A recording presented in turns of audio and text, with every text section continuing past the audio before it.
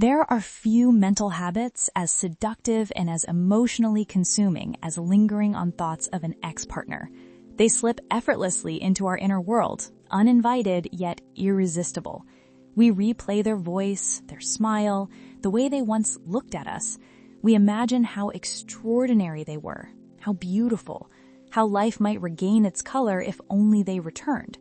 These reflections do not stay neatly contained. They invade new relationships, sabotage focus during meetings, and rise unexpectedly during films, catching us off guard with tears we didn't anticipate. Even the most beautiful places, those we traveled long distances to see, can feel strangely distant when the mind is elsewhere, quietly circling the same familiar absence. Most advice tells us to push these thoughts away, to distract ourselves, to move on.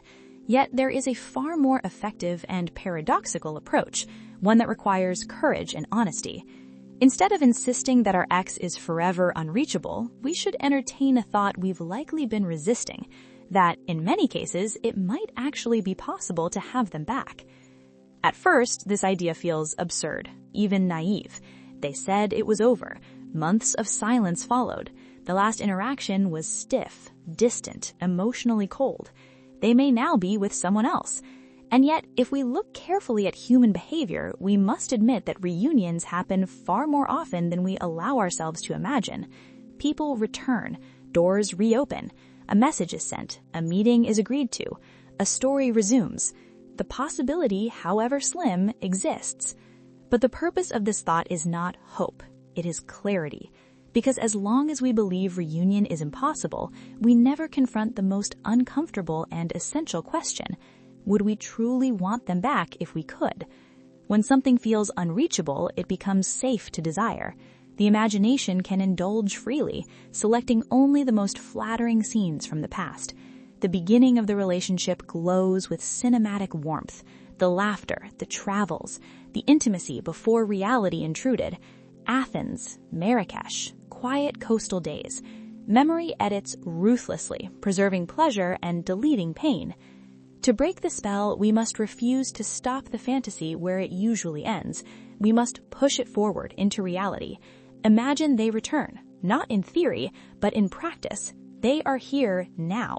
Their suitcase rests by the door. Their train arrives this morning. You could share a home again tomorrow. What would that actually feel like? Picture them not as a distant ideal, but as a full human being with habits, moods, frustrations, and flaws. Remember their patterns of complaint, their defensiveness, their compulsions, their emotional absences. And then consider the history that now stands between you, the silences that hurt, the messages that never came, the betrayals, the humiliations, the slow erosion of trust. Their presence would not be soothing, it would be charged. Conversations would carry resentment. Touch might feel unbearable. Old wounds would reopen instantly. What once felt intimate would now feel corrosive. This is the moment when we realize how strangely the mind operates. It is capable of holding two opposing truths without forcing them to confront each other. One part of us remembers the damage clearly. Another clings desperately to an image of perfection. Healing begins when we bring these parts together and let them speak. When we do, a difficult but liberating realization emerges. We do not want our ex as they are now. What we miss is not the person, but a moment in time, a version of them that existed before disappointment set in, before betrayal, before we truly knew them. That version mattered, it was real, but it is gone. The person shaped by what followed cannot offer what we are longing for. If they appeared today, we would likely feel repelled rather than relieved. In truth, we are mourning someone we would ask to leave within minutes if they returned. This is why longing feels so painful and so confusing. We are grieving an illusion that no longer exists, while our mind refuses to test it against reality. The most effective way to release ourselves from this torment is not to suppress desire, but to examine it closely. When we imagine in precise and unsentimental detail what reunion would truly involve, fantasy collapses under the weight of truth. And with that collapse comes relief. The ex loosens their grip on our thoughts, Not because we stopped caring, but because we finally understood.